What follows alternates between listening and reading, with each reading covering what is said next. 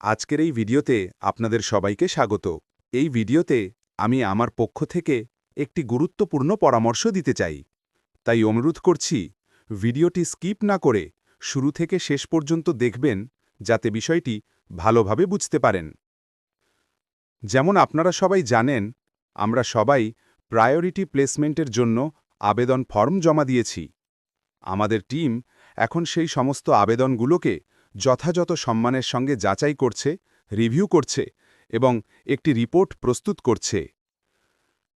তাই যতক্ষণ পর্যন্ত স্যার সেই রিপোর্টের ঘোষণা না দেন, আমাদের কিছু বিষয় আগে থেকেই যাচাই করে নেওয়া উচিত। এটি আমার ব্যক্তিগত পরামর্শ।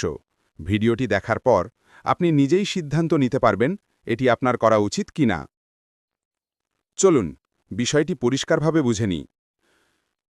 প্রায়োরিটি প্লেসমেন্ট পজিশনের জন্য যেসব আবেদন জমা পড়েছে, সেগুলো কোম্পানির টিম পরীক্ষা করছে এবং রিপোর্ট তৈরি করছে।